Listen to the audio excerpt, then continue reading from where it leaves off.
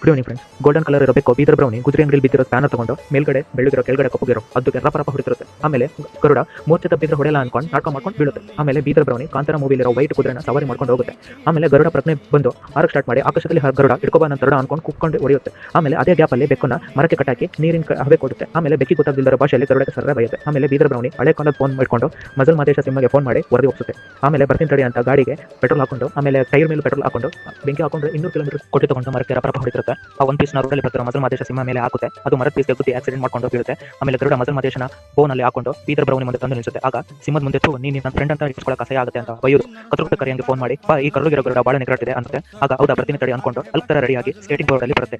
White and black paint ಹಾಕೊಂಡು ಈ ಗರುಡ ಇನ್ನೊಂದು ಮರದ ಪೀಸ್ ಹಾಕಿ ಬೋನ್ಗೆ ಸ್ಕೇಟಿಂಗ್ ಬೋರ್ಡ್ ಮೇಲೆ ಬರ್ತಿರೋ ಕತ್ರಗುಪ್ತ ಕರಿಯ ಮೇಲೆ ತಿರ್ಗಾ ಮರದ ಪೀಸ್ ಹಾಕ್ಬಿಟ್ಟು ಅದು ಬೀಳಿಸುತ್ತೆ. ಆಮೇಲೆ ಆ ಕತ್ರಗುಪ್ತ ಕರಿಯನ್ನ ಬೋನ್ಗೆ ಹಾಕೊಂಡು ಸೀದಾ ಅವ್ರ ಮನೆ ತಗೊಂಡೋಗಿ ಅವ್ರ ಚರ್ಮ ಎಲ್ಲ ಸುಲ್ದಿ ಆ ಮಾಂಸ ಎಲ್ಲ ತಿನ್ಕೊಂಡು ಅರ್ಶನ ಹಾಕಿರೋ ನೀರನ್ನ ಕುಡ್ಕೊಂಡು ಇದ್ರೆ ನೆಮ್ಮದಿ ಆಗಿರಬೇಕು ಅಂತ ಕುತ್ಕೊಂಡು ಕುಡಿತಾ ಇರುತ್ತೆ.